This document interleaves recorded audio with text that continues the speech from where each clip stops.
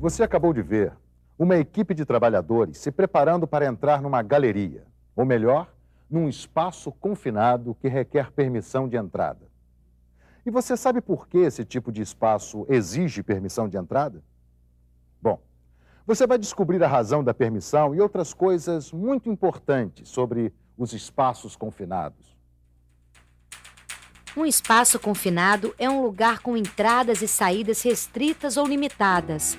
Nesses locais, o trabalhador só deve entrar para desenvolver uma atividade específica. Um local é considerado um espaço confinado quando apresenta atmosfera de risco com concentração de oxigênio abaixo de 19,5% ou acima de 23%. Concentração de qualquer substância tóxica acima do limite de tolerância. Concentração de gás ou vapor ou névoa inflamável em condições superiores a 10% do seu limite inferior de explosividade. Qualquer condição atmosférica imediatamente perigosa à saúde ou vida. Aberturas estreitas dificultando a entrada e saída dos trabalhadores.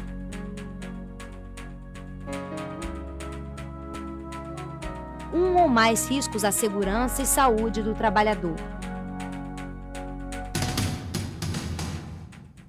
Quando falta ventilação natural. E quando não é projetado para ocupação humana contínua. Os trabalhadores precisam entrar em espaços confinados para realizarem trabalhos de manutenção, limpeza, inspeção e medição. São locais perigosos onde trabalhadores podem ficar doentes, se acidentar ou mesmo morrer rapidamente, se não existirem medidas especiais de segurança e saúde do trabalho. Fundacentro, ela começou a trabalhar em espaços confinados em 1991 por solicitação do Ministério Público para assessoria num acidente fatal. Então, o trabalho da Fundacentro em espaços confinados começou na investigação de um acidente fatal em 1991. E, a partir dessa data, nós ficamos muito preocupados com a falta de informação que há no mercado sobre esses ambientes. Então, nós costumamos dizer que o trabalhador, ele morre por falta de informação por parte dele e por parte das suas chefias imediatas, que deixam ele entrar num espaço confinado sem as devidas preocupações e sem os devidos controles ambientais. Isso acontece normalmente devido à falta de um programa de permissão de entrada, treinamento, equipamentos, procedimentos e responsabilidades. Outra característica muito importante de um espaço confinado é que, em caso de alguma emergência, ele apresenta sérias dificuldades para a saída do trabalhador, tanto por seus próprios meios, quanto por uma equipe de resgate. Os riscos atmosféricos são as principais causas de acidentes do trabalho em espaços confinados. A atmosfera varia constantemente e precisa ser monitorada continuamente. É por isso que os espaços confinados são traiçoeiros e perigosos. O teor de oxigênio costuma variar muito nesses locais. Concentrações inferiores a 19,5% colocam a vida do trabalhador em risco. O excesso de oxigênio é também muito perigoso, pois com a presença de algum produto combustível, uma simples faísca pode resultar em explosão ou incêndio. É comum também nesses espaços a existência de gases tóxicos. O monóxido de carbono e o gás sulfídrico são os gases mais encontrados nesses ambientes. Eles são uma terrível ameaça à vida do trabalhador. No ambiente pode existir a mistura de gases inflamáveis, o que pode resultar em explosão ou incêndio. Outro perigo que o trabalhador pode enfrentar são os riscos biológicos, pois estes ambientes normalmente são sujos, úmidos e quentes. Essas condições são favoráveis ao desenvolvimento de fungos, bactérias, parasitas, protozoários, insetos e animais peçonhentos. O risco de queda nesses ambientes é outra ameaça ao trabalhador. Uma queda em um espaço confinado implica em muita dificuldade para o resgate, por ser um local perigoso, escuro e de difícil acesso. Choques provocados por descargas elétricas de lâmpadas, fios e outros equipamentos elétricos são riscos que os trabalhadores também enfrentam.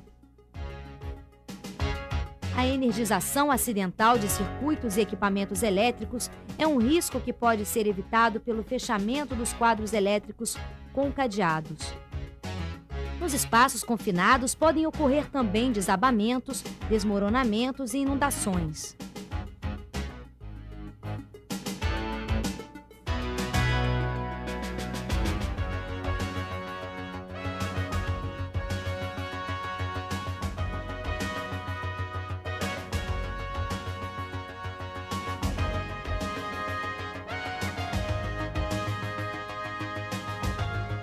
É fundamental ter à disposição equipamentos adequados em perfeitas condições de uso para a execução de trabalhos em espaços confinados. Antes de se entrar em um espaço confinado, a atmosfera interna deve ser avaliada com aparelhos para medir o teor de oxigênio, os gases e vapores inflamáveis e tóxicos.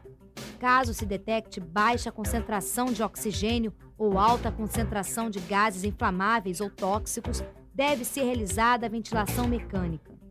Logo depois, a atmosfera interna deve ser medida novamente. O ventilador deve permanecer todo o tempo ligado para fornecer ar aos trabalhadores, já que não há ventilação natural em espaços confinados. Às vezes, há necessidade de limpeza do espaço confinado com vapor ou inertização com nitrogênio. Os trabalhadores devem usar dispositivos de comunicação e aparelhos de iluminação intrinsecamente seguros.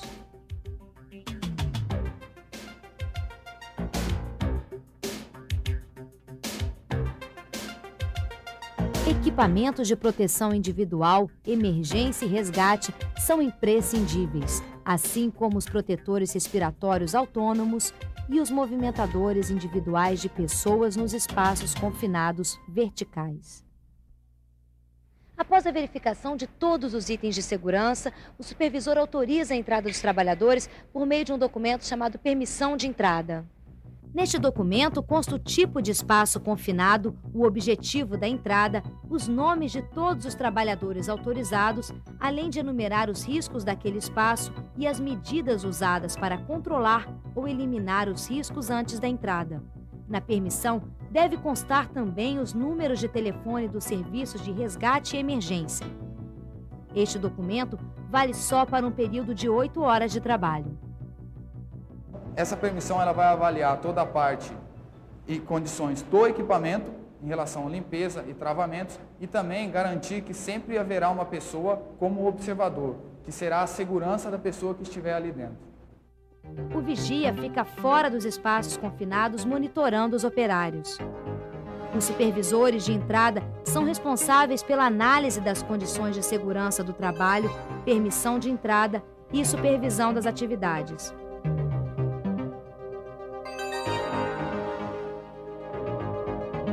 Existem também os técnicos responsáveis pela monitoração e análise das condições atmosféricas e os trabalhadores autorizados para a execução das tarefas. A implantação de um programa de treinamento dá aos trabalhadores os conhecimentos e as habilidades fundamentais para o desempenho seguro de suas tarefas. Sem o treinamento, o profissional arrisca não só a sua saúde, mas a própria vida.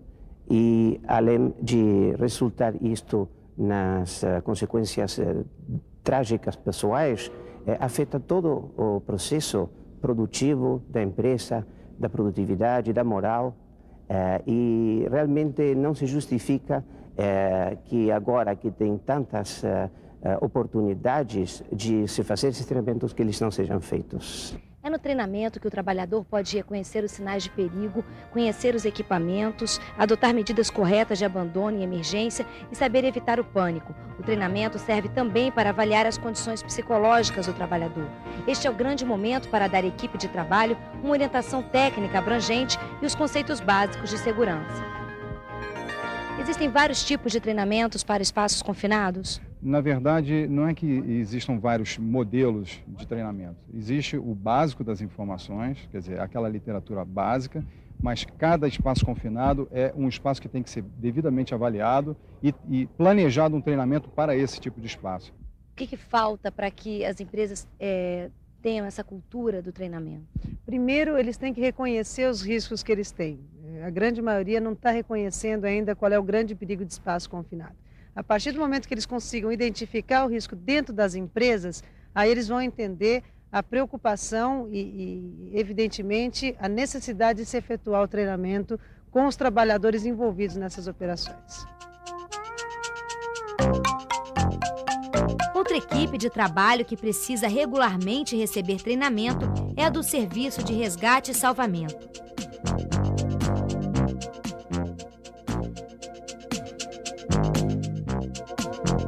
Eles precisam estar sempre preparados para socorrer operários acidentados ou presos em espaços confinados.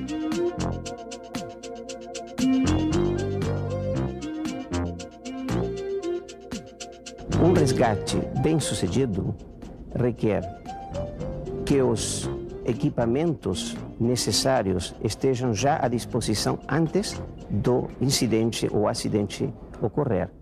Que o pessoal que está trabalhando no resgate tenha tido experiência e tenha também a suficiente calma como para dar seguimento a procedimentos que já são estabelecidos.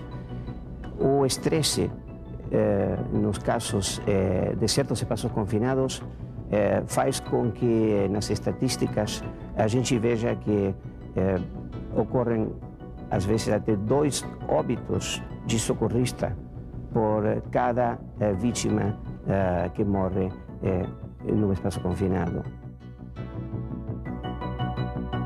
Primeiramente, a empresa ela deve seguir as normas de segurança da BNT e do Ministério do Trabalho para espaços confinados. Em segundo lugar, a empresa deve possuir o máximo de informação sobre o espaço confinado que tem nessa empresa. Então, deveria haver um processo onde a empresa deveria reconhecer o espaço confinado no seu ambiente de trabalho e prover todos os meios possíveis de avaliação dos riscos e controle dos riscos, principalmente através de um programa de permissão de entrada em espaços confinados, onde se faça uma entrada segura e também, principalmente, através de uma folha de permissão de entrada. Preste atenção nessas 10 dicas muito importantes. Saiba que espaços confinados são traiçoeiros. Nenhum espaço confinado é seguro. Nenhuma operação em espaço confinado é segura. A atmosfera no espaço confinado muda continuamente. Nenhuma atmosfera continua permanentemente segura. Nunca subestime os riscos de um espaço confinado. Os riscos nos espaços confinados devem ser conhecidos e controlados. Nunca entre num espaço confinado sem permissão de entrada.